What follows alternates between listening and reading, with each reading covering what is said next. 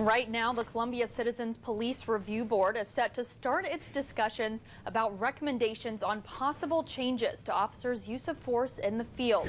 Thanks for joining us at 6. I'm Morgan Burrish. My co-anchor, Lucas Geisler, is live tonight from the Columbia City Hall, where that meeting started just minutes ago. Lucas, this discussion comes just days after video made it online of 2 officers holding down and hitting someone.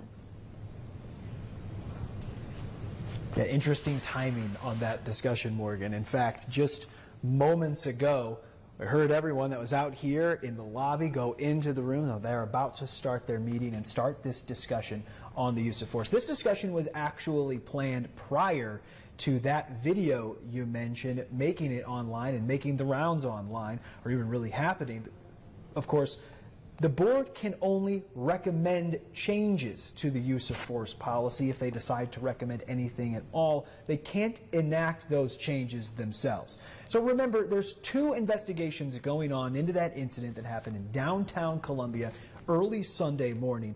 There's the Boone County Sheriff's Office, which is investigating in a criminal manner. They're investigating any sort of criminal charges they might refer to prosecutors.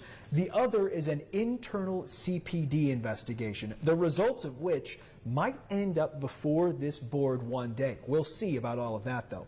Now, the internal investigation is supposed to take 90 days per state law, but that can get extended due to things like a criminal proceeding.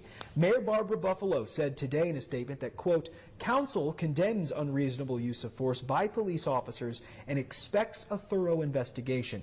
I trust city management to take appropriate action once the investigation is complete." Of course, this has been a sticking point, though, for some local advocates who've criticized this board and the process, saying police officers shouldn't be investigating themselves. They shouldn't be investigating themselves in either criminal or this internal proceeding either. So we dug into what actions the state can take against a police officer who's involved in something like this, involved in an investigation.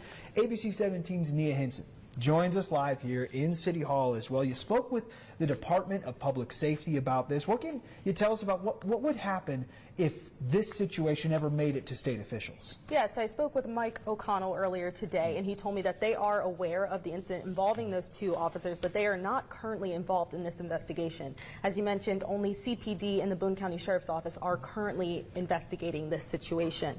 If found necessary, the Director of Public Safety can either suspend an officer's license, put them on probation, or permanently take their license away. The criteria that needs to be met for this includes if an officer has committed a crime, if an officer acted recklessly that could harm another person, or if an officer cannot do their job due to a mental condition or substance abuse. The steps needed for the department to become involved in the investigation in the first place is if a complaint is filed from a citizen or a law enforcement agency. After the complaint is filed, someone from the POST program will take investigative and criminal reports and give them to the Director of Public Safety for them to review. From there, the Attorney General looks things over, and if deemed necessary, the Missouri Administrative Hearing Commission will decide if the director can do any of those actions I previously mentioned. And if an officer is found to be in violation of any of those actions and do have disciplinary actions taken against them, they can appeal that to a Cole County judge. All right, Nia, thank you. Thank you very much for walking us through all of those steps. Again, it can sometimes take years to even reach that point in the process as well with the state, so we will see what comes out of all of that. Again, thank you very much. So we are going to keep our coverage of all of this continuing tonight. ABC 17's Marina Diaz in there right now as this meeting gets started. She has spoken with local advocates, again, critical of the process and everything that happened, condemning what they saw on video there with those officers. We'll hear more from that discussion coming up tonight at 9 and 10. Reporting live in Columbia alongside Nia Hinson, I'm Lucas Geisler, ABC 17 News. Thank you both for that coverage tonight.